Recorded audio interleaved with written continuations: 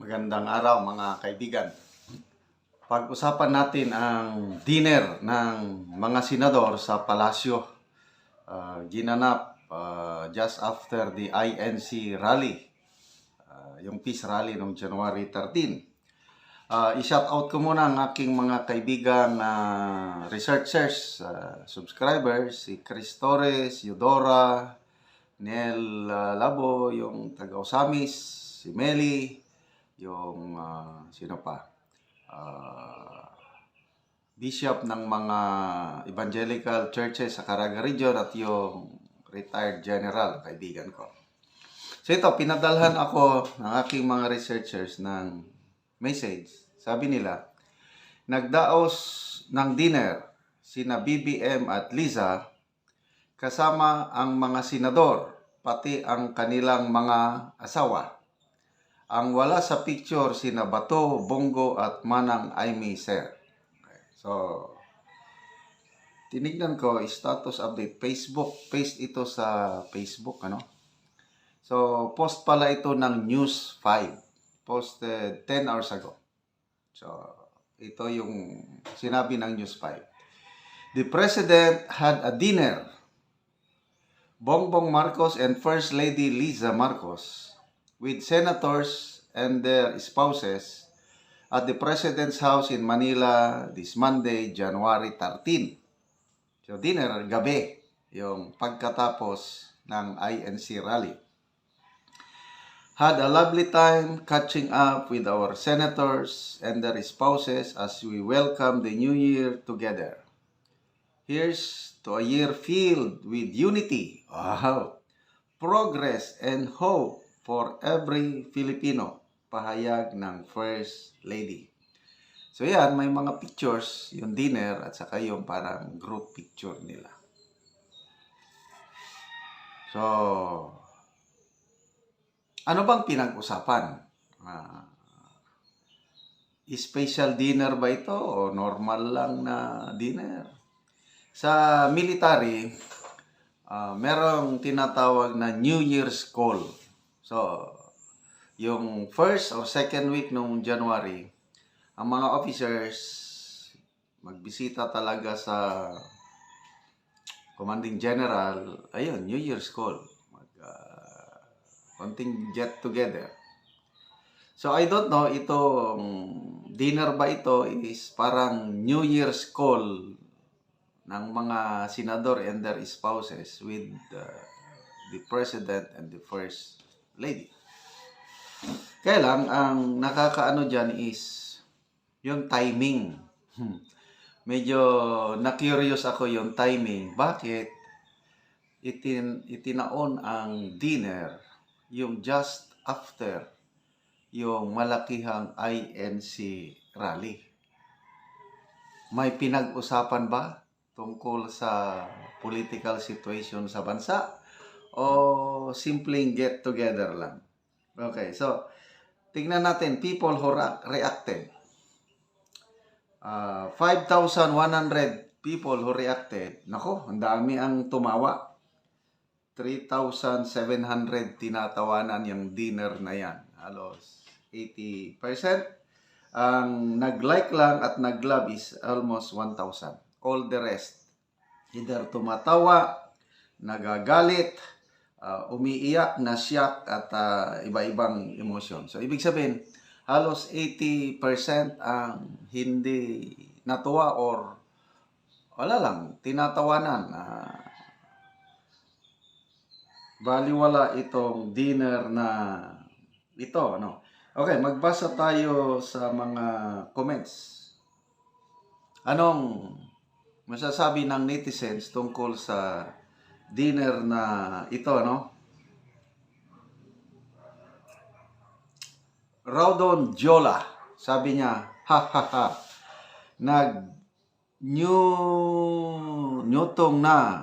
nagmutong na dahil sa rally ng INC, kinabahan na.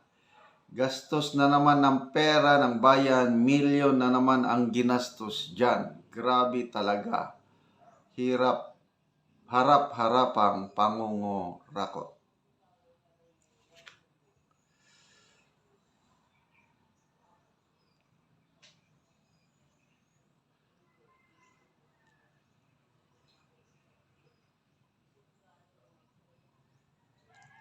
Okay, si Mark Anthony Carranza, sabi niya, Philippines running out of options. Mapakaliwa kanan lahat tapon bilang lang ang qualified to serve. Hana Estepa, gastos na naman. Pera ng taong bayan yan. Kasi dinner eh. Malacanang pa naman. Siyempre, masarap na pagkain. Yun ngang SONA. Yung 2024 nga SONA, magkano ang ginastos? 20 million? 20 million ba yun? Isang kainan lang. Ganyan, gumastos ang administration ngayon. Belgium, Villanueva, andyan si Robin para mag-spy. Ha ha ha. Tama yan, andyan siya para ilang sila pag-usapan ang mga plano nila kay Inday. Oo nga no. Kasi sabi ng si Chris Torres, ang wala sa picture, Bato, Bongo and Senator Remy. Nag-attend si Robin. So, dahil nandun si Robin Padilla, malalaman niya ano yung pinag-usapan tungkol ba sa impeachment. Kasi I hope na tama yung analysis ko Yung nagsalita na si Congressman Abante. Sabi niya hindi na dapat talakayin yung impeachment. Before election, after the election na lang. So, i-delay nila ang action nila sa mga impeachment complaint. Kaya lang, posible pa rin. After the election, dahil ang iiwasan nila yung resback ng iglesia, yung black voting nila Baka pagkatapos ng election, sa kanila iakyat ang impeachment complaint sa Senado, posible yan. Anyway, these are just possibilities. Sana pagtuunan ng pansin ang kahirapan ng taong bayan kasi maraming naghihirap. Hindi lang nila itong mga government officials natin, Malacanang, senador, congressman, hindi nila maramdaman ang hirap ng taong bayan. Okay. Ako po, palagi akong magbisita sa Talaandig tribe sa Bukidnon. Hirap na hirap sila. So ito, gusto ko kayong pasalamatan. Nakapagbigay na naman tayo ng yero at pako sa 14 families. At ito, i-share ko sa inyo ang video, yung natulungan nating mga pamilya. Salamat sa inyong panunood. Lalo na yung hindi nag-skip ng ads. Kasama kayo sa pagtulong sa mga pamilyang Talaandig na ito. Panoorin nyo ang video.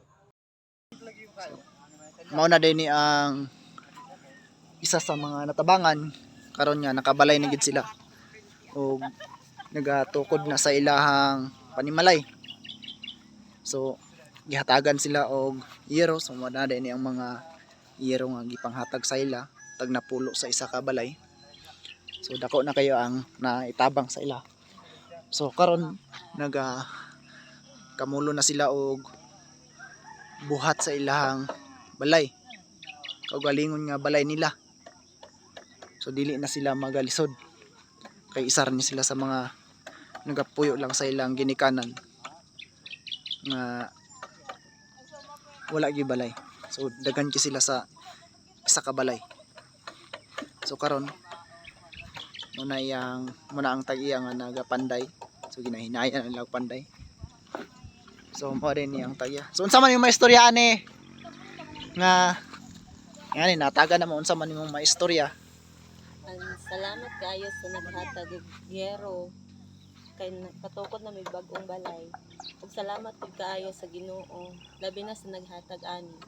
Ug salamat pud kaayo sa YouTube channel kay dako gyud kaayong tabang sa yero nga natagaan ni.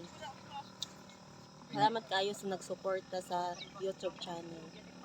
Sa una asa ra man to yung balay niyo sa una asa ra mo nagapuyo. Kaya dito sa babaw din nabungkag naman to tapos nagluon kami sa balay sa kungso. Bali nakipuyo lang mo sa kuan sa imong igsoon nimo. Oo. Tungod kay wala pa mangud ni ipalit og hero kay mahal man pud kayo karon gud ang baligya. So karon wala na kay wala na kay naigasto para makapalit og yero, no? Wala na.